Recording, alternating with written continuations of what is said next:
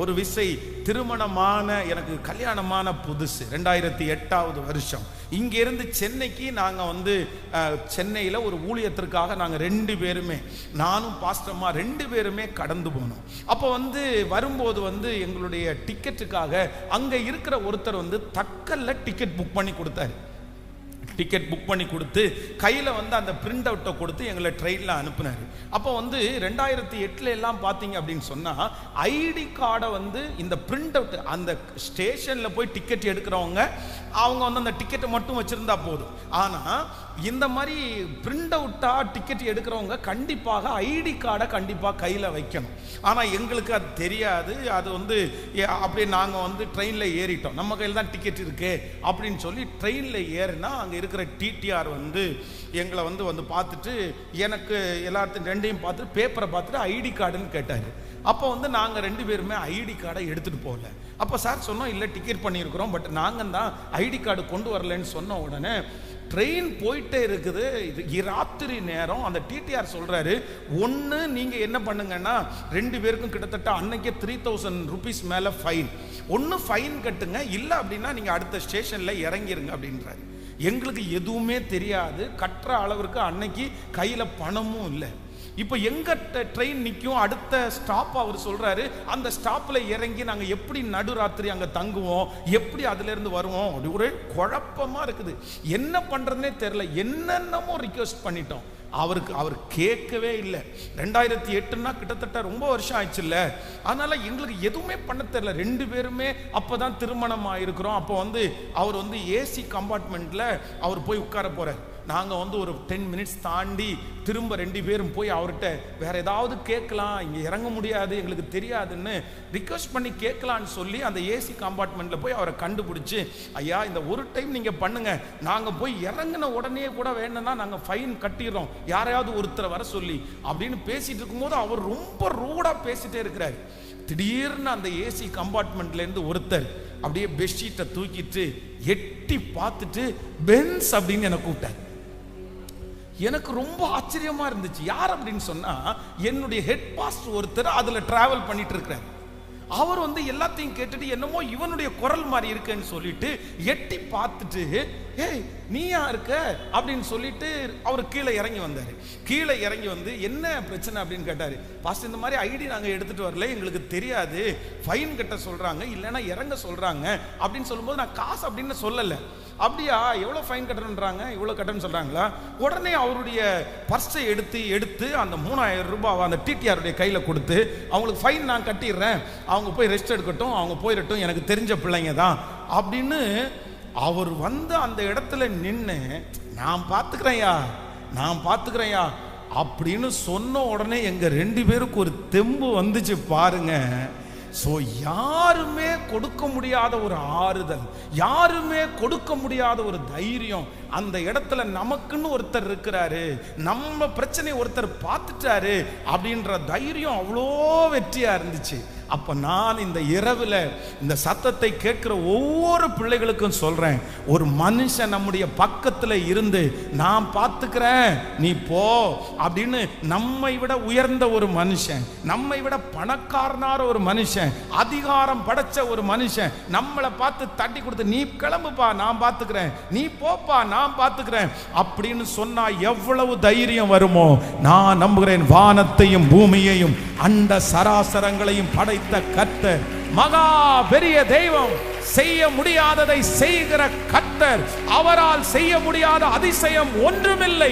அந்த ராஜாதி ராஜா உங்க பக்கத்துல நின்னு இன்றைக்கு 5வது நாள் உங்க தோளை தட்டி உங்க கையை பிடிச்சு, நீ பயப்படாத, நீ கலங்காத, யெகோவா ஈரே, கர்த்தர் பார்த்து கொள்ளுவார், நான் பார்த்து கொள்ளுவேன், நான் பார்த்து கொள்ளுவேன். ஆண்டவர் சொல்லுகிறார், உன் பிள்ளையை நான் பார்த்து கொள்ளுவேன், இந்த பிரச்சனையை நான் பார்த்து கொள்ளுவேன், இந்த தேவையை நான் பார்த்து கொள்ளுவேன், இந்த வியாதியை நான் பார்த்து கொள்ளுவேன், இந்த சூழ்நிலையை நான் பார்த்து கொள்ளுவேன். கர்த்தரே முன்பாக நின்று ஒரு மிகப்பெரிய தைரியத்தை கொடுக்கிறார். கைகளை தட்டி ஆமோதித்து ஆமோதித்து, ராதானாமா லேதானா ரஹதானா ரமா மகிமை மகிமை மகிமை. இந்த வார்த்தையை உச்சரிக்க உச்சரிக்க தேவனுடைய மகிமை, உச்சரிக்க உச்சரிக்க இயேசுவே இயேசுவே. அந்த தைரியம் இப்போ உம்முடைய பிள்ளைகளுக்கு உண்டாவதாக உண்டாவதாக. அந்த வார்த்தையை சொன்னது போல, நீர் பக்கத்திலே இருக்கிறது போல, கலங்கி போய் இருக்கிற ஒவ்வொரு பிள்ளைகளுக்கும் கர்த்தரே ஆறுதல். ஹல்லேலூயா. என்னுடைய எதிர்காலம் என்ன ஆண்டவரே? என்னுடைய பிள்ளையினுடைய எதிர்காலம் என்ன ஆண்டவரே? என்னுடைய தேவை என்ன ஆண்டவரே? நான் என்ன செய்ய போறேன்? என்ன செய்ய போறேன்? எப்படி நான் இதை கடக்க போறேன்? எப்படி நான் இதை சரி பண்ண போறேன்? நான் எதனால இதை மீட்டு கொள்ளுவேன்? ஆனா கர்த்தர் சொல்லுகிறார், யெகோவா ஈரே. ஆமென். ஈசாக்கு தன்னுடைய தகப்பனாரிடத்துல கேட்கிறான், அப்பா விறகு இருக்குது, இன்னும் நம்ம எல்லாரும் கிளம்பி வந்துட்டோம், எல்லாம் இருக்குது. தன் தகப்பனாகிய ஆபிரகாமை நோக்கி, அப்பொழுது இதோ நெருப்பும் கட்டையும் இருக்கிறது, தகன பலிக்கான ஆட்டுக்குட்டி எங்கே அப்படின்னு கேட்கும்போது, இந்த விசுவாசிகளின் தகப்பனாகிய ஆபிரகாம் சொல்றாரு, கர்த்தர் பார்த்து கொள்ளுவார், கர்த்தர் பார்த்து கொள்ளுவார், கர்த்தர் பார்த்து கொள்ளுவார். இதே வார்த்தையை நீங்க யாரோ ஒருத்தரிடத்துல கேட்டிருக்கலாம். உங்களுடைய கணவனாரை பார்த்து கேட்டுக்கலாம், இனி என்னங்க செய்யறது, இனி என்னங்க செய்யறது. இதே வார்த்தையை நீங்க கேட்கலாம். உங்க பிள்ளைய பார்த்து நீங்க கேட்கலாம், இனி என்ன செய்யறதுப்பா, இனி என்ன செய்யறது. யாரோ ஒருத்தர் உங்களுடைய வீட்டில் இருக்கிற, ஒருவேளை உங்களுக்கு தெரிஞ்ச ஒரு முக்கியமான நபரிடத்துல, இனி என்ன பண்றது, இனி என்ன செய்யறது, இனி என்ன செய்யறது. ஆனா இன்னைக்கு ஆண்டவர் பதில் கொடுக்கிறார், இன்னைக்கு ஆண்டவர் பதில் கொடுக்கிறார். கர்த்தர் பார்த்து கொள்ளுவார், கர்த்தர் பார்த்து கொள்ளுவார், கர்த்தர் பார்த்து கொள்ளுவார். இந்த வார்த்தைக்காக ஸ்தோத்திரம் ஆண்டவரே, இந்த வார்த்தைக்காக நன்றி ஆண்டவரே, இந்த வார்த்தையின்படி நடக்க போகிறதற்காக நன்றி ஆண்டவரே, இந்த வார்த்தையை நீர் உறுதி செய்ய போகிறதற்காக நன்றி ஆண்டவரே, நன்றி ஆண்டவரே, நன்றி ஆண்டவரே, நன்றி ஆண்டவரே. எவ்வளவு பெரிய பிரச்சனையா இருந்தாலும் நான் ஆராதிக்கிற தேவன் சொல்லுகிறார், கர்த்தர் பார்த்து கொள்ளுவார். ஹல்லேலூயா. கர்த்தர் பார்த்து கொண்டாரா? ஆண்டவர் பார்த்து கொண்டாரா? அதுல ரொம்ப பெரிய ஆச்சரியம் என்ன அப்படின்னு சொன்னா, நீங்க ஒரு வசனத்தை வாசிக்கும் போது வேதம் சொல்லுது, நீங்க ரொம்ப அழகாய் அதை வாசிக்க முடியும். ஈவன் 22ஆம் அதிகாரத்தினுடைய 7வது வசனத்தை வாசிக்கும் போது, 22ஆம் அதிகாரத்தினுடைய 7வது வசனம் லாஸ்ட்ல இது, அப்பொழுது அவன் இதோ நெருப்பும் கட்டையும் இருக்கிறது, தகன பலிக்கான ஆட்டுக்குட்டி எங்கே என்று கேட்டான். என்னது கேட்கல, என்னது ஆட்டுக்குட்டி. அப்போ இந்த ஈசாக்கு தன்னுடைய தகப்பனாரை பார்த்து என்ன கேட்கிறார் அப்படின்னு சொன்னா, எப்பா பலி செலுத்துறதுக்கான கட்டை கொண்டு வந்துட்டீங்க, இந்த நெருப்பு கொண்டு வந்துட்டீங்க, ஆனா என்ன கொண்டு வரல, ஆட்டுக்குட்டி எங்கே? நீங்க அதற்கு ஒரு பதில் 22ஆம் அதிகாரத்தினுடைய 13வது வசனத்தை வாசிங்க பார்க்கலாம்.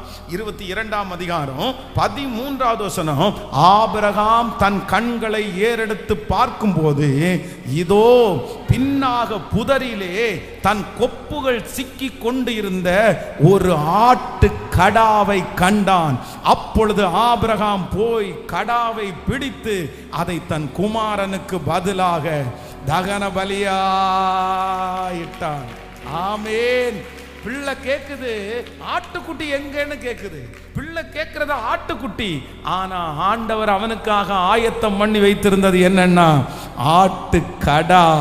அதுதான் வேதம் சொல்லுகிறது, நீ நினைப்பதற்கும் வேண்டிக் கொள்வதற்கும் மிகவும் அதிகமாய் செய்கிற கர்த்தர். கர்த்தர் வாக்கு கொடுக்கிறார், இன்றைக்கு சொல்லுகிறார், மகளே மகனே நீ கேட்கிறது, ஏசப்பா இத பார்த்துக்குங்க ஏசப்பா, இந்த தேவையை பார்த்துக்குங்க ஏசப்பா, இதை மட்டும் நீங்க பார்த்தா போதும் ஏசப்பா, இந்த காரியத்தை மட்டும் நீங்க செஞ்சா போதும்பா அப்படின்னு நீங்க கேட்குறீங்க. ஆனா ஆண்டவர் சொல்லுறாரு, நீ கேட்டதற்கும் நீ நினைப்பதற்கும் நீ வேண்டிக் கொள்வதற்கும் மிகவும் அதிகமாய் கிரியை செய்கிற கர்த்தர் வாக்கு கொடுக்கிறார். நீ கேட்டதை மட்டுமல்ல, கேளாததை, அந்த பிரச்சனையை சரி செய்கிறவர் மட்டுமல்ல, இனி அந்த பிரச்சனை தொடராதபடி காத்து கொள்ள போகிறார். ஹல்லேலூயா. அந்த தேவைகளை சந்திக்கிறவர் மட்டுமல்ல, அந்த தேவைகளுக்கு மிச்சம் எடுக்கிற அளவிற்கு இது தீர்க்க தரிசனமான வார்த்தை. இது தீர்க்க தரிசனமான வார்த்தை. இது கர்த்தரே உங்களுக்கு சொல்லுகிற வார்த்தை. யெகோவா ஈரே, கர்த்தர் பார்த்து கொள்ளுவார். ஹல்லேலூயா. யெகோவா ஈரே, எல்லாமே பார்த்து கொள்வி. பாடுவோம். யெகோவா ஈரே, எல்லாமே பார்த்து கொள்வி. காலங்களப்பா நாங்கள் காலங்களப்பா, காலங்களப்பா நாங்கள் காலங்களப்பா. அந்த நாமம் என் புகலிடம் கருத்தோடு துதித்திடுவேன். பாடுவோம். என் புகலிடம் கருத்தோடு துதி. ஒரு விசை கூட யெகோவா, யெகோவா ஈரே, எல்லாமே பார்த்து கொள்வி. யெகோவா ஈரே, எல்லாமே பார்த்து கொள்வி. காலங்களப்பா நாங்கள் காலங்களப்பா, காலங்களப்பா நாங்கள் காலங்களப்பா. நாமம் என் புகலிடமே கருத்தோடு துதித்திடுவே.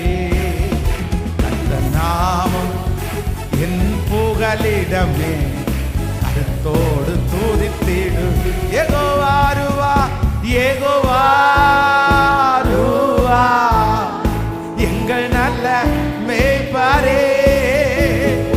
யெகோவா ருவா, எங்கள் நல்ல மேய்ப்பரே. ஸ்தோத்திரமே, ஸ்தோத்திரமே அப்பா, ஸ்தோத்திரமே, அப்பா ஸ்தோத்திரமே. அந்த நாமம் என் புகலிடமே கருத்தோடு துதித்திடுவே. அந்த நாமம் என் புகலிடமே கருத்தோடு துதித்திடுவே. ஹல்லேலூயா. ஆமென். அந்த எதிரிய கர்த்தர் பார்த்து கொள்ளுவார். நமக்கு விரோதமாய் பேசின அந்த நபரை கர்த்தர் பார்த்து கொள்ளுவார். கர்த்தர் பார்த்து கொள்ளுவார். இன்னைக்கு இந்த சத்தத்தை கேட்கிற ஒவ்வொரு பிள்ளைகளும் என்ன சொல்லுங்க அப்படின்னு சொன்னா, நீங்க பார்த்துக்குங்க ஆண்டவரே, நீங்க பார்த்துக்குங்க ஆண்டவரே, நீங்க பார்த்துக்குங்க ஆண்டவரே. இந்த யுத்தம் என்னுடையது அல்ல, இந்த யுத்தம் கர்த்தருடையது. சிமேயை தூசிக்கும் போது தாவீது என்ன சொல்றார் அப்படின்னு சொன்னா, அவனை கர்த்தர் பார்த்துக்கட்டும்பா, அவனை கர்த்தர் பார்த்துக்கட்டும்பா, நீ எதுவும் பண்ணாத, நீ எதுவும் செய்யாத. ஆண்டவரும் இந்த சத்தத்தை கேட்கிற யாரோ ஒருத்தருக்கு சொல்றாரு, நீங்க எதுவும் பண்ணாதீங்க, நீங்க எந்த சண்டைக்கும் போகாதீங்க, நீங்க எந்த வாக்குவாதத்துக்கும் போகாதீங்க. நீங்க சும்மா இருந்தீங்கன்னா, நீங்க அமைதியா இருந்தீங்கன்னா, நான் நம்புறேன் கர்த்தர் அதை நீங்க பார்த்துக்குங்க ஆண்டவரேன்னு சொல்றது யார் தெரியுமா? நீங்க பார்த்துக்குங்க ஆண்டவரேன்னு சொல்ற கர்த்தர் யார் தெரியுமா? அவராலே செய்ய முடியாத அதிசயமான காரியம் என்று ஒன்றுமே இல்லை. என் கணவனார் இப்படி இருக்கிறார் ஆண்டவரே, இப்ப நீங்க இவரை யார்கிட்ட சொன்னா மாறுவாரு, இவங்க யார்கிட்ட சொன்னா மாறுவாங்கன்னு நினைச்சிட்டு நீங்க ஆட்களை தேடி போகாதீங்க. அவங்க யாருக்கு பயப்படுவாங்களோ அவங்கள வச்சு மிரட்டலாம், அவங்கள வச்சு சொல்லலாம் அப்படின்னு போகாதீங்க. சிலர் சிலருடைய மிரட்டுதல் எல்லாம் கேட்க மாட்டாங்க. சிலருக்கு சிலர் புத்தி சொல்ல முடியாது, சிலருக்கு யாருமே புத்தி சொல்ல முடியாது. அந்த மாதிரி கேரக்டர்ல இருப்பாங்க. நீங்க யாரை வேணாலும் வச்சு பேசுங்க, எந்த இடத்துல கொண்டு போய் நிக்க வைங்க. வக்கீல் சொன்னாலும், கோர்ட்டினுடைய ஜட்ஜே சொன்னாலும் சிலர் என்ன பண்ண மாட்டாங்க, மாற மாட்டாங்க, சிலர் கேட்க மாட்டாங்க. ஆனா நான் நம்புறேன், ஆண்டவர்னு இருக்கார்ல, கர்த்தர் இருக்கார்ல, அவர் சொன்னா கேட்டுதான் ஆகணும். அவர் கேட்க வைப்பார். எவரையும் அடிபணிய வைக்கிறதற்கு அவராலே முடியும். எந்த இருதயத்தை மாற்றுகிறதற்கும் அவர் வல்லவராயிருக்கிறார். நான் ஆராதிக்கிற என் தேவனாகிய கர்த்தர், அவருக்கு முன்பாக நடுங்காதவர்கள் இருக்க முடியாது, அவருக்கு முன்பாக கேட்க முடியாதவர்கள் இருக்க முடியாது. ஆமென். சவுல் என்பவன் எல்லா இடத்திலையும் போய் கூடுமான வரைக்கும் ஆண்டவருடைய பிள்ளைகளை டிஸ்டர்ப் பண்ணிட்டே இருந்தான். வேதம் சொல்கிறது, முதல் இரத்த சாட்சியான அந்த மனுஷனை மரணம் வரைக்கும் கொண்டு போவதற்கு சவுலும் சம்மதித்திருந்தான்.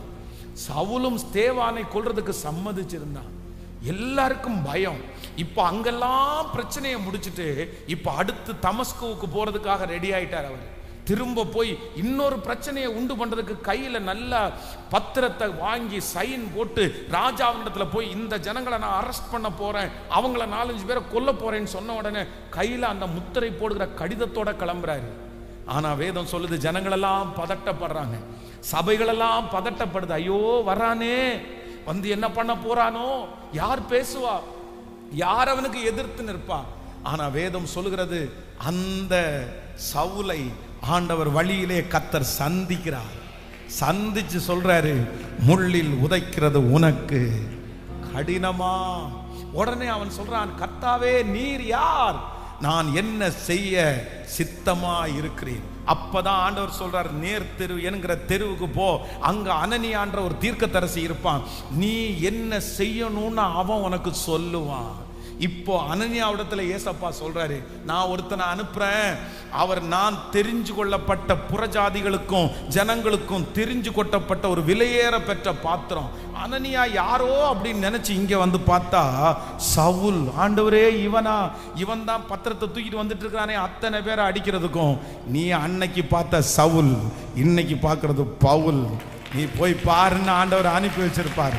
ஒரே ஒரு சந்திப்பு, ஒரே ஒரு சந்திப்பு அந்த மனுஷனை தலைகீழா மாற்றி இந்த தேசத்திற்கே ஒரு வெற்றியை கொண்டு கொடுக்க முடியுமானால் நான் நம்புறேன். கர்த்தர் வாக்கு கொடுக்கிறார், நீ என்னிடத்துல கொடு, கர்த்தர் பார்த்து கொள்ளுவார், கர்த்தர் பார்த்து கொள்ளுவார். கையை உயர்த்தி சொல்லுங்க, உங்க கையில தர்ற ஆண்டவர், உங்க கையில தர்ற ஆண்டவர். சில நேரத்தில் ஆண்டவர் ரொம்ப லேட்டா தான் செய்வாரு, பொறுமையா தான் செய்வாரு. கர்த்தருடைய யுத்தம் எப்பவுமே அவசரமா இருக்காது, கர்த்தருடைய யுத்தம் எப்பவுமே துரிதமா டக்குன்னு இருக்காது. ஆண்டவர் சில நேரத்துல வெயிட் பண்ணி யுத்தம் பண்ணுவார். ஆண்டவர் நிறைய நேரத்துல 10 வாதைகளை அனுப்பி ரொம்ப நாள் தாண்டி யுத்தம் பண்ணுவார். ஆனா எனக்கு ஒண்ணு தெரியும், அவர் யுத்தம் பண்ண ஆரம்பிச்சா, அவர் யுத்தம் பண்ணினா அந்த எதிரி திரும்ப நம்முடைய வாழ்க்கையில மறுபடியும் தலை வச்சு கூட படுக்க முடியாத அளவிற்கு, மறுபடியும் அந்த பிரச்சனை திரும்பி வர முடியாத அளவிற்கு எனக்காக யுத்தம் பண்ணுகிற இயேசு என்னோடு கூட இருக்கிறார், இருக்கிறார். இது தீர்க்க தரிசனமான வார்த்தை. ஏசப்பா பேசிட்டே இருக்கிறாரு. நம் தானா மரஹத்தலரமா, நீங்க பார்த்துக்குங்க ஆண்டவரே, சொல்லுங்க, நீங்க பார்த்துக்குங்க ஆண்டவரே, இந்த ப்ராப்ளத்தை நீங்க பார்த்துக்குங்க ஆண்டவரே, இந்த சூழ்நிலையை நீங்க பார்த்துக்குங்க ஆண்டவரே, நீங்க பார்த்துக்குங்கப்பா, நீங்க பார்த்துக்குங்க ஆண்டவரே. உங்க கையில தர்றோம்ப்பா, உங்க கையில தர்றோம். ஆபிரகாமுக்கு ஒரு நல்ல ஞானம் இருந்துச்சு, ஆபிரகாமுக்கு ஒரு பெரிய அறிவு இருந்துச்சு. தன்னுடைய பிள்ளை வாஞ்சையா கேக்குது, அப்பா தகன பலிக்கான ஆட்டுக்குட்டியை நம்ம எங்க தேடுவோம், எங்க வாங்குவோம், எங்க பர்ச்சேஸ் பண்ணுவோம், யார் கொடுப்பா, எங்க இருந்து எடுக்கிறது? அவருடைய தகப்பனார் ஒண்ணு சொல்லுகிறார், கர்த்தர். உங்க பிள்ளைகளை பார்த்து நீங்க சொல்லுங்க, கர்த்தர் பார்த்துக்குவார். உங்க கணவனாரை பார்த்து நீங்க சொல்லுங்க, கர்த்தர் பார்த்துக்குவார். மனைவியை பார்த்து சொல்லுங்க, கர்த்தர் பார்த்துக்குவார். இனி எந்த பிரச்சனை வந்தாலும், எந்த தேவை வந்தாலும் நீங்க கலங்க கூடாது. உங்களுடைய என்னுடைய வீட்டில் கேட்க வேண்டிய ஒரே ஒரு சத்தம், கர்த்தர், கர்த்தர். நான் சொல்றேன், அந்த வியாதியை ஆண்டவர் பார்த்து கொள்ளுவார், பார்த்துக்கொள்ள, உங்களுடைய நிலைமையை கர்த்தர் பார்த்து கொள்ளுவார். இது உங்களுக்கான வார்த்தை தான், கர்த்தர் பார்த்து கொள்ளுவார். ஆமென்.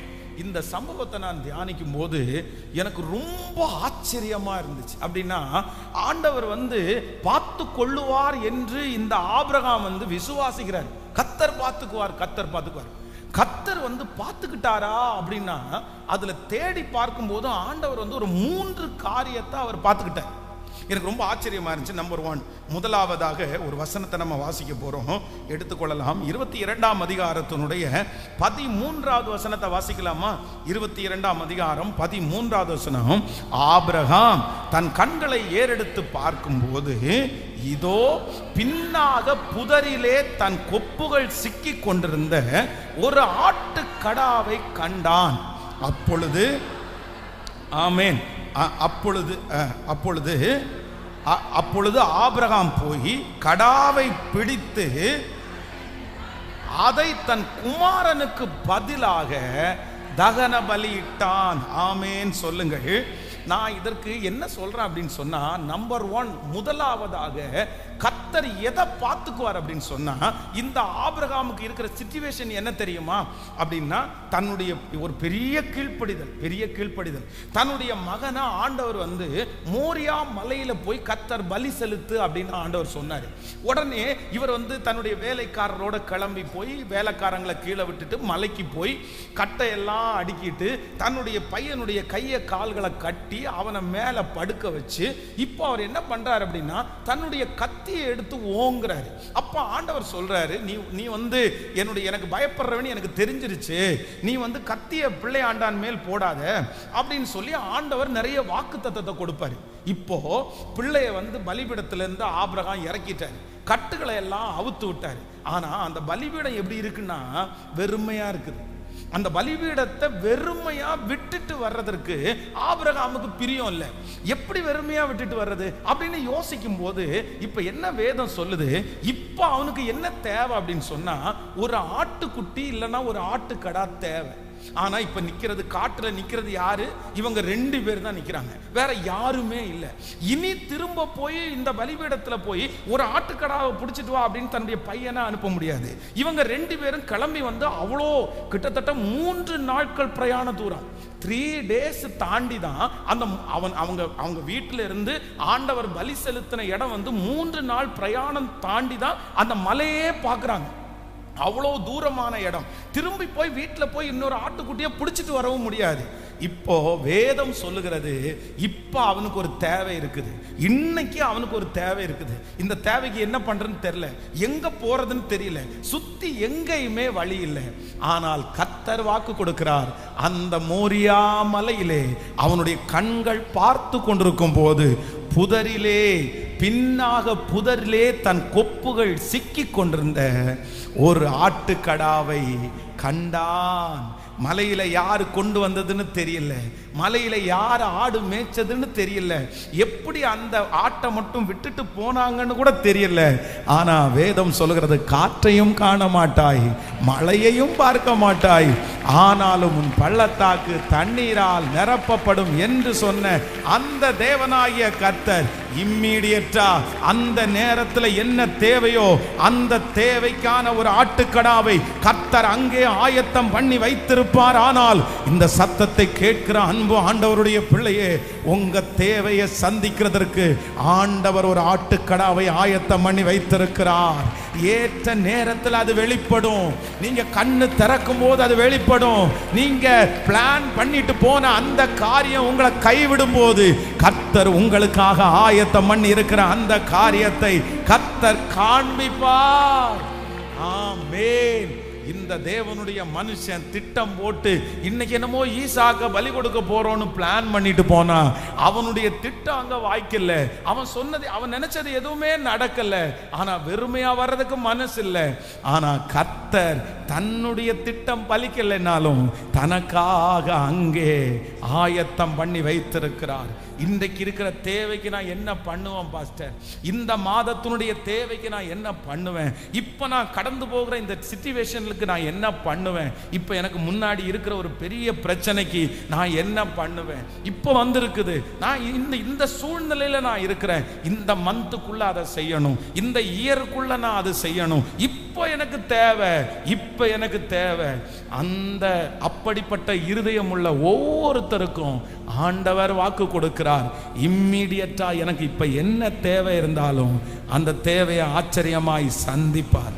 இதை நீங்க நம்புங்க, இதை நீங்க விசுவாசிங்க, இதை நீங்க ஏற்றுக்கொள்ளுங்க.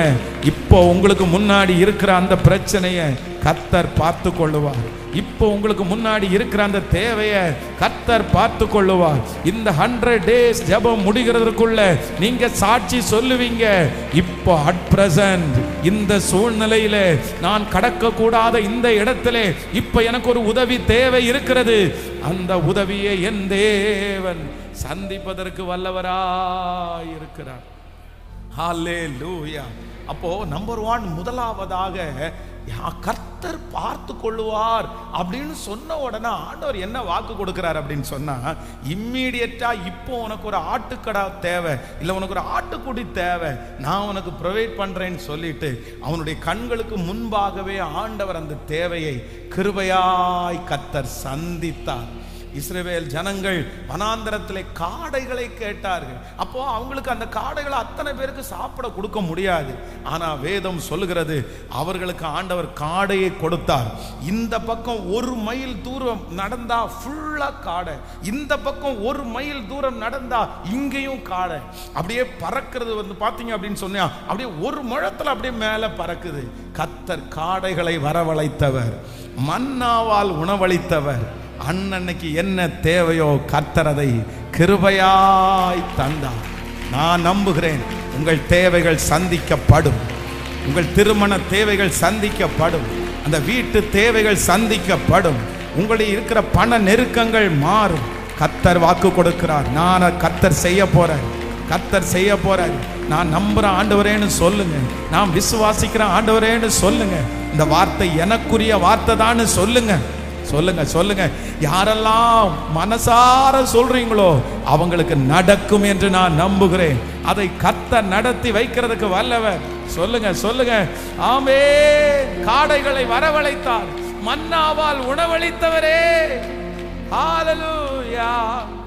காடைகள் வரவழைத்தார், மன்னாவால் உணவளித்தார். காடைகள் வரவழைத்தார், மன்னாவால் உணவளித்தார். கற்பாறையை பிறந்து தண்ணீர்கள் ஓட செய்தார். சொல்லுவோம், கற்பாறையை பிளந்து தண்ணீர்கள் ஓட செய்தார். இப்ப கையம கூடுமே, எல்லாம் கூடுமே, உம்மாலே எல்லாம் கூடும். சொல்லுங்க, கூடாதது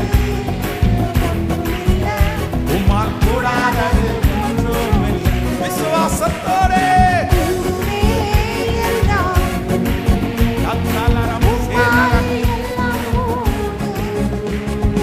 கூடாதது ஒன்றுமில்லை, உம்மால் கூடாதது ஒன்றுமில்லை. கூடுமே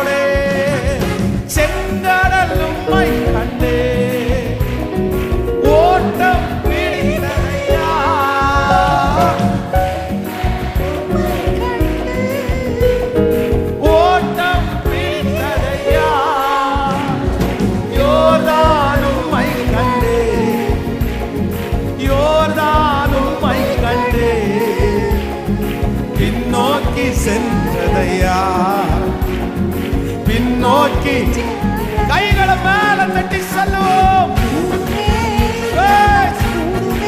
சொல்லுங்க, அறிக்கை செய்யுங்க. at present இப்போ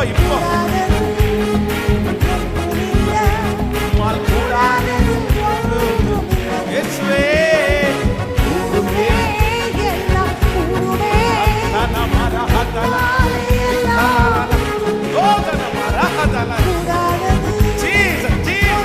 விசுவாசத்தோட பாடுங்க. மரித்து உயிர்த்தீரையா. சொல்லுங்க சொல்லுங்க, விசுவாசம். தம்பிங்க தங்கச்சிங்க எல்லாரும்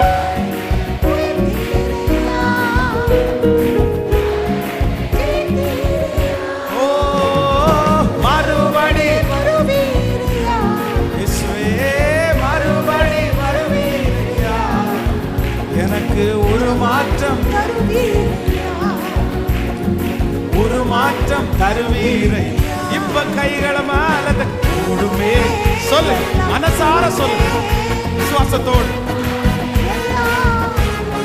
நன்றியப்பா, கூடாத ஒன்றுமில்லை, உம்மால் கூடாதது சொல்லு. எல்லாம் கூடுமே, உம்மாலே எல்லாம் கூடும். கூடாதது உம்மால் கூடாதது சொல்லு. ஹல்லேலூயா. உம் நாமம் சொன்னால் போதும், பேய்கள் அறிக்கை செய்யுங்க. சொல்லுங்க, அறிக்கை செய்யுங்க. ஓ, உம் பேரால் கை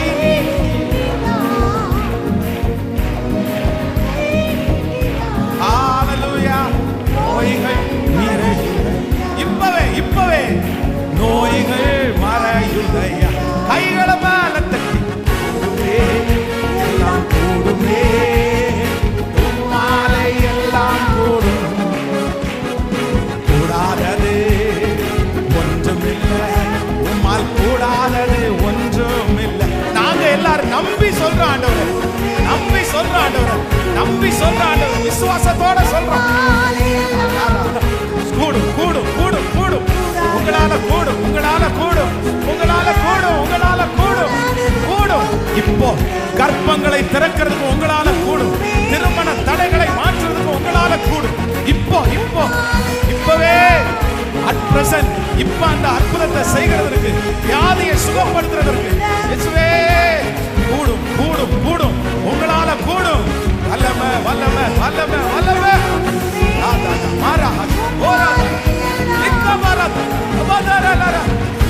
கூடும் கூடும், உங்களால கூடாதது ஒண்ணும் இல்லை. இப்போ ஆராதனை நடந்து கொண்டிருக்கும் போதே, இந்த சத்தத்தை காதுல கேட்டு இருக்கும் போதே அற்புதம் செய்வதற்கு உங்களுக்கு முடியும். அற்புதம் செய்வதற்கு உங்களால கூடும் கூடும் கூடும். இன்றைக்கு 24 மணி நேரத்துக்குள்ள அற்புதம் செய்கிறதுக்கு உங்களால முடியும், உங்களால முடியும். கிருபை கிருபை கிருபை கிருபை கிருபை. கரங்களை தட்டி praise the Lord. உம்மாலே கூடும், உம்மாலே கூடும், உம்மாலே கூடாதது ஒன்றுமில்லை. ஹல்லேலூயா. யெகோவா ஈரே, கர்த்தர் பார்த்து கொள்ளுவார்.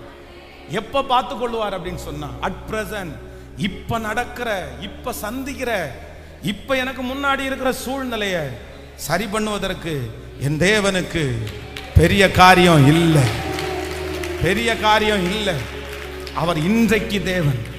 சொல்லுங்க, அவர் இன்றைக்கு தேவன், அவர் இன்னைக்குள்ள தேவன்.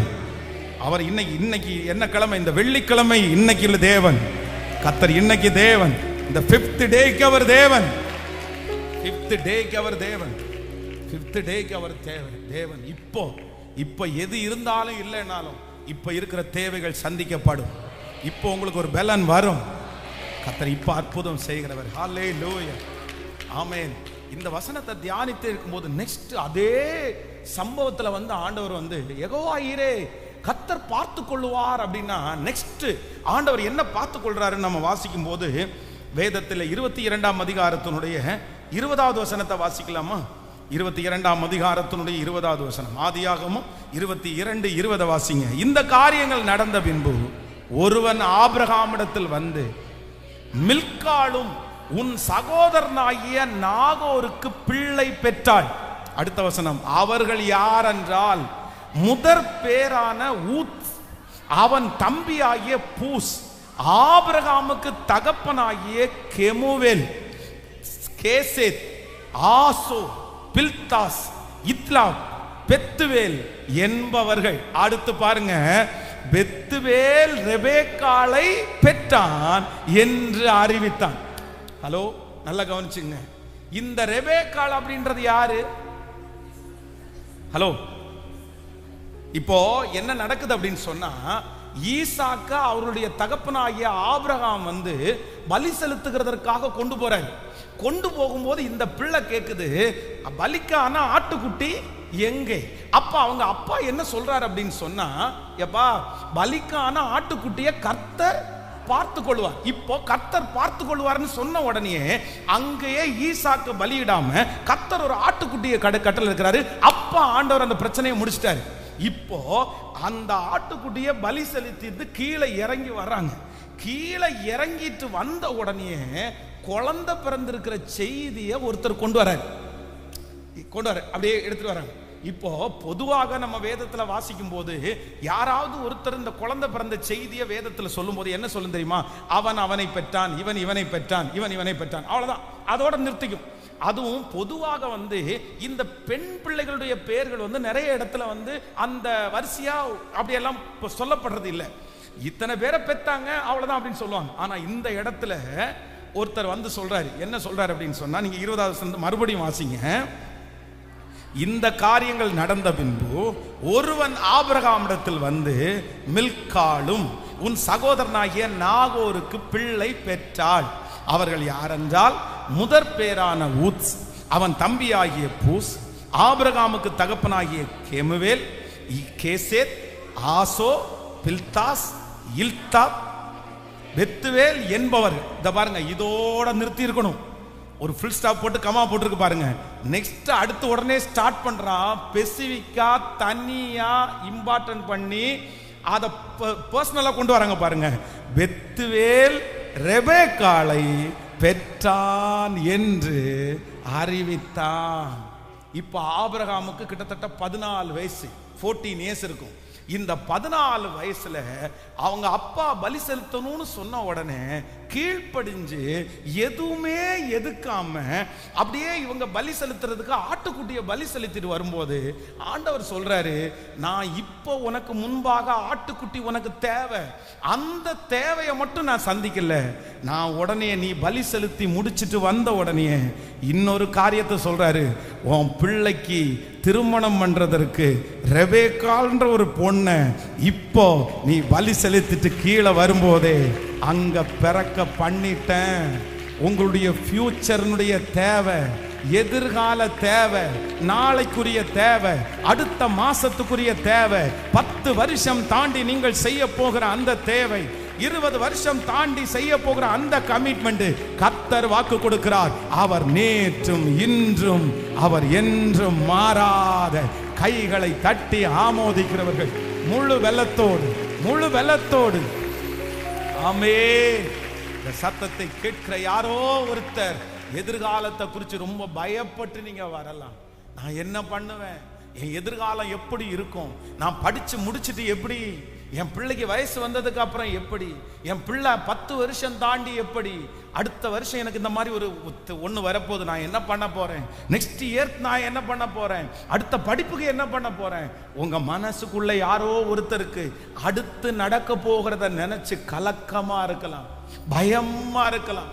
பசங்க நான் என்ன பண்ண போறேனே தெரியல, என்ன இன்னைக்கு எப்படியோ சமாளிச்சிட்டேன், இன்னைக்கு எப்படியோ தாங்கிட்டேன், இந்த வேலை இருக்கு சமாளிச்சிட்டேன், இந்த சூழ்நிலை இருக்கு சமாளிச்சிட்டேன், ஆனா அடுத்த வருஷம் அடுத்த 5 வருஷம் தாண்டி நான் எப்படி சமாளிக்க போறேன், நான் எப்படி இதை தாண்டி போறேன், எனக்கு ஒன்றும் தெரியல. எதிர்கால பயத்திலே யாராவது ஒருத்தர் இந்த சத்தத்தை கேட்கிறவர்கள் மூழ்கி இருக்கலாம். ஆனா ஆண்டவர் என்ன சொல்றார் அப்படின்னு சொன்னா, இன்னைக்கு உன்னை நான் நடத்தினப்பா, இன்னைக்கு உன் தேவன் நான், இன்னைக்கு உனக்கு சாப்பாடு கொடுத்தது கர்த்தர், இன்னைக்கு உங்களுக்கு துணிமணி கொடுத்தது கர்த்தர். இன்னைக்கு உங்களை பிள்ளைகளை படிக்க வச்சது கர்த்தர். இன்னைக்கு இந்த மாத்திரை செலவுக்கு பணம் கொடுத்தது கர்த்தர். இந்த நாளில் உங்களை நடத்தின கர்த்தர். அந்த தேவன் இன்றைக்கு வாக்கு கொடுக்கிறார், நான் உறங்குவதும் இல்லை தூங்குவதும் இல்லை, இனியும் இதுவரையிலும் உன்னை நடத்தினேன், இனிமேலும் உன்னை நடத்துவேன் நடத்துவேன். முதிர் வயதிலே வரைக்கும் உன்னை நடத்துவேன், உன்னை தாங்குவேன், உன்னை ஏந்துவேன், உன்னை தப்புவிப்பேன். உன்னை முதிர் வயது வரைக்கும் நான் உன்னை கைவிடாதிருப்பேன் கைவிடாதிருப்பேன் கைவிடாதிருப்பேன். எவ்வளோ பெரிய ஆச்சரியம் பாருங்க, எவ்வளோ பெரிய ஆச்சரியம். இவனுக்கு ரெபேக்காள்னா யாருன்னு சொல்லுங்களேன், தெரியவே தெரியாது. இப்போ 14 வயசுல ஈசாக்கு பக்கத்தில் ஆபிரகாமுக்கு முன்னாடி நின்று இருக்கும் போது இவனுக்கு ஏற்கனவே அப்பா மேல பயங்கரமான கோபம். ஆனா அங்க ஒருத்தர் வந்தவர் இந்த பேரை மட்டும், அப்ப ஆண்டவர் எவ்வளவு பிளானிங் பாருங்க, எவ்வளவு திட்டம் பாருங்க. இவன் கேட்கல, இவனுக்கு தெரியாது இந்த பிள்ளையத்தான் நம்ம கல்யாணம் பண்ண போறோம்னு. ஈசாக்கு ஏதாவது தெரியுமா?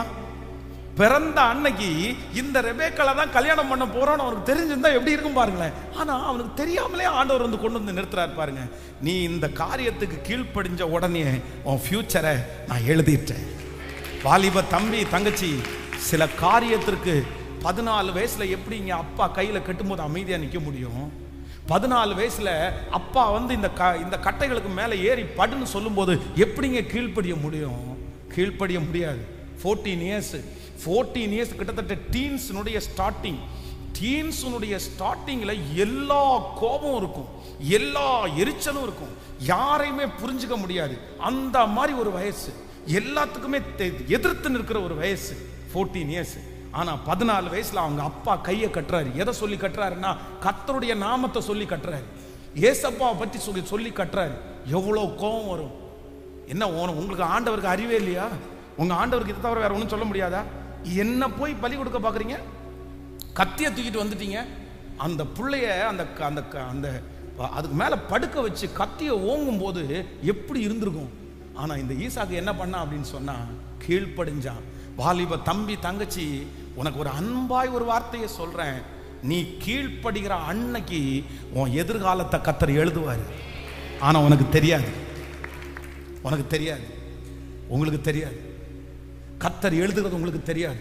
நீங்க ஒப்பு கொடுக்கிற அன்னைக்கு கர்த்தர் எழுதுவாரு, நீங்க கமிட் பண்ற அன்னைக்கு எழுதுவாரு. இன்னைக்கு தாங்க ஈசாக்கு கமிட் பண்ணா, ஆனா அவனுக்கு தெரியாம அதுவும் இந்த ரெபேக்காளை கல்யாணம் பண்ணிட்டு வரும்போது என்ன நடக்குது அப்படின்னு சொன்னா வேதம் சொல்லுது, தன் தாய்க்காக கொண்டிருந்த துக்கம் நீங்கி ஆறுதல் அடைந்தான். இத்தனைக்கும் ரெபேக்காளை லவ் பண்ணல, ரெபேக்காளை இதுக்கு முன்னாடி பார்க்கவும் இல்லை, ரெபேக்காளை பொண்ணு பார்க்கறது கூட போகலைங்க. யாரை அனுப்புனார்? அவங்க அப்பா. நீ எல்லாம் போவேனா, நீ உட்காரு, உனக்கு என்ன பொண்ணு வேணும்னு யாரு அனுப்பிடுவா?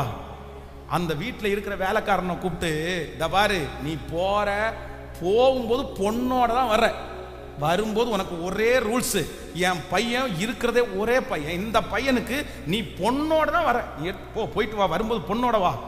எப்படி இருக்கும் இவனுக்கு? மனசுக்கு எப்படி இருக்கும்? ஆண்டவரே, அது கருப்பா இருக்கா, ஒல்லியா இருக்கா, குண்டா இருக்கா, செவப்பா இருக்குதா, இல்ல அது வாயாடியா, என்னென்னமோ யோசிக்க தோணும்.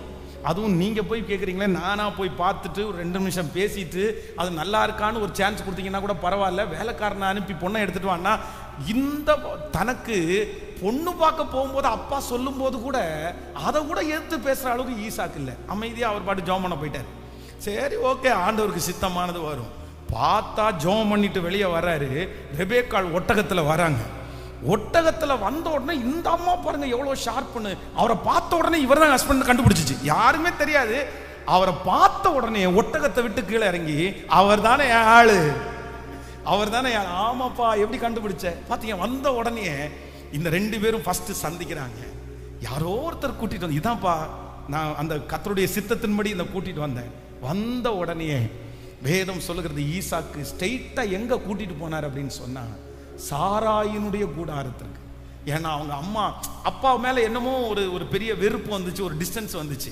அவங்க அம்மா தான் ரொம்ப அவரை தட்டி கொடுத்து, அம்மா இந்த பையனுக்காக தானே ஆகாரக்கிட்ட சண்டை போட்டாங்க, இந்த பையனுக்காக தானே ஆகாரத்தை துரத்திட்டாங்க, என் பையனை இவன் ஏளனமா பேசுறான், துரத்துங்க அப்படின்னு சொல்லி துரத்தி விட்டாங்க. அதனால அம்மா செத்து இப்ப இல்லை, இறந்து போயிட்டாங்க. ஆனா அம்மாவுடைய கூடாரத்துக்குள்ள அழைச்சு போனதுக்கு அப்புறம் இந்த ஈசாக்குக்கு ஒரு ஆதரவு வருது. என்ன ஆதரவுன்னா, அம்மாவை மறந்த எல்லா ஃபீல், அம்மா கிட்ட இருக்கிற அத்தனையும் யார்கிட்ட கிடைச்சிச்சு அப்படின்னு சொன்னா, ஹல்லேலூயா. இந்த ஜெபத்தில் நான் சொல்றேன், நிறைய மனைவிகள் நீங்க யாரா மாறணும்னா உங்க கணவனா இருக்க அம்மாவா மாறணும். இந்த உலகத்திலே ஒரு ஆண் மகனுக்கு மோஸ்ட்லி ஒரு 90% ஆண் மக்களுக்கு மிஸ் பண்ண முடியாத ஒரு இடம் எங்க அப்படின்னா அம்மா தான். அம்மா அவனுடைய சாப்பாடு, அம்மா அவனுடைய கேரு, அம்மா. ஆனா கல்யாணமான ஒவ்வொரு சிஸ்டர்ஸும் என்ன ஜெபிக்கணும்னா, ஆண்டவரே என்னுடைய கணவனாருக்கு நான் எப்படி இருக்கணும் அப்படின்னு சொன்னா தாயா இருக்கணும். நீங்க ஜெபம் பண்ணுங்க, நீங்க ஜெபம் பண்ணுங்க. நீங்க என்ன கேட்குறீங்களோ, இந்த 100 நாளில் நீங்க என்ன ஜெபிக்கிறீர்களோ அந்த ஜெபத்திற்கு ஆண்டவர் பதில் தருவார், பதில் தருவார். இதெல்லாம் தீர்க்க தரிசனமான வார்த்தை, ஆண்டவர் நமக்காகவே பேசுகிற வார்த்தை. தாயா மாறுங்க, நீங்க தாயா மாறுங்க. ஹல்லேலூயா. யெகோவா ஈரே, கர்த்தர் பார்த்து கொள்வார். நம்பர் 1, முதலாவதாக ஆண்டவர் பார்த்து கொள்வார். அட் பிரசன்ட் இப்போ என்ன நடக்குதோ கவலைப்படாத, நான் பார்த்துக்கிறேன். நம்பர் 2, இரண்டாவது என்ன சொல்றார் அப்படின்னு சொன்னா, இப்ப பார்த்துக்கிறவர் மட்டும் இல்ல, உன்னுடைய எதிர்காலத்தையும், ஹல்லேலூயா, எதிர்காலத்தையும் நான் பார்த்துக்கிறேன், நான் பார்த்துக்கிறேன். கையை மேல உயர்த்தி ஹல்லேலூயா. என் எதிர்காலம் யாவையும் அவர் பார்த்து கொள்ளுவார், என் எதிர்காலம் யாவையும் கர்த்தர் பார்த்து கொள்ளுவார். சொல்லுங்க சொல்லுங்க, என் பிள்ளையினுடைய எதிர்காலத்தை ஆண்டவர் பார்த்துக்குவார். பிரதர் பார்த்துக்குவாரு. பாஸ்டர், யாருடைய கையில நான் கொடுக்கப்படுறேன்னு தெரியல, எந்த பிள்ளை என்ன பார்க்க போறான்னு தெரியல, எந்த பையன் என்ன பார்க்க போறான்னு தெரியல. எனக்கு பயமா இருக்கு பாஸ்டர், என்னுடைய ஃபியூச்சர் என்ன ஆகுமோ, நான் எப்படி இருப்பேனோ, வியாதியா படுத்துருவேனோ, என்னென்னமோ. யாரோ ஒருத்தர் சொன்ன சாபமான வார்த்தை உங்க கண்ணுக்கு முன்னாடி வந்து நிக்கலாம். புழு புழுத்து சாவேன்னு சொன்னாங்க பாஸ்டர். அதெல்லாம் மனசுல நினைக்கும் போது எனக்கு பயமா இருக்குது, எனக்கு பயமா இருக்குது. எதிர்காலத்தில் உன்னை யாருமே பார்க்க மாட்டாங்கன்னு என்னை திட்டுனாங்க பாஸ்டர். உனக்கு பச்சை தண்ணி கூட கிடைக்காதுன்னு என்னை பார்த்து திட்டுனாங்க. அதெல்லாம் நினைக்கும் போது என் எதிர்காலத்தில் என்னை யார் பார்ப்பாங்களோன்னு எனக்கு பயமா இருக்குது. ஆனா ஏசப்பா ஏசப்பா ஏசப்பா இன்னைக்கு வாக்கு கொடுக்கிறாரு, யெகோவா ஈரே, கர்த்தர் பார்த்து கொள்ளுவார். இன்றைக்கு கணவன் இருக்கும்போது, மனைவி இருக்கும்போது, பிள்ளைகள் இருக்கும்போது எப்படி ஏசப்பா உங்களை பார்த்துக்கிறாரோ பார்த்துக்கிறாரோ, கர்த்தர் சொல்லுகிறார், முதிர் வயதில் உன்னை கைவிட மாட்டேன், நான் உன்னுடைய ஃபியூச்சர், எதிர்காலத்தை கர்த்தர் பார்த்து கொள்ளுவார். ஹல்லேலூயா. என் எதிர்காலம் யாவையும் இயேசு ராஜா பார்த்து கொள்வார். என் எதிர்காலம் யாவையும் இயேசு ராஜா பார்த்து கொள்வார். இயேசு ராஜா பார்த்து கொள்வார். இயேசு ராஜா பார்த்து கொள்வார். நான் விசுவாசிக்கும் தேவன் இன்னாரென்று அறி பாடும். நான் விசுவாசிக்கும் தேவன் பாடுவோம் இன்னாரென்று அறி. சொல்லுங்க எல்லாரும், கலங்க மாட்டேன், பயப்பட மாட்டேன், இயேசு என்னை நடத்திடுவார். கலங்க மாட்டேன், பயப்பட மாட்டேன், இயேசு என்னை நடத்திடுவார். சொல்லுவோம், நான் விசுவாசிக்கும் தேவன் என்னாரென்று அறிவே. சொல்லிக்கொண்டே, நான் விசுவாசிக்கும் தேவன் என்னாரென்று அறிவே. எனக்காக யாவையும் செய்து முடிக்கும் தேவன் அவரே. பாடும், எனக்காக யாவையும் செய்து முடிக்கும், செய்து முடிக்கும் தேவன் அவரே. செய்து முடிக்கும் தேவன். கைகளை மேல தட்டி, நான் விசுவாசிக்கும் தேவன். சொல்லுவோம், ஹல்லேலூயா. விசுவாசிக்கும் தேவன் இன்னாரென்று அறிவே. இந்த தேவன் என்றென்றும் உள்ள சதா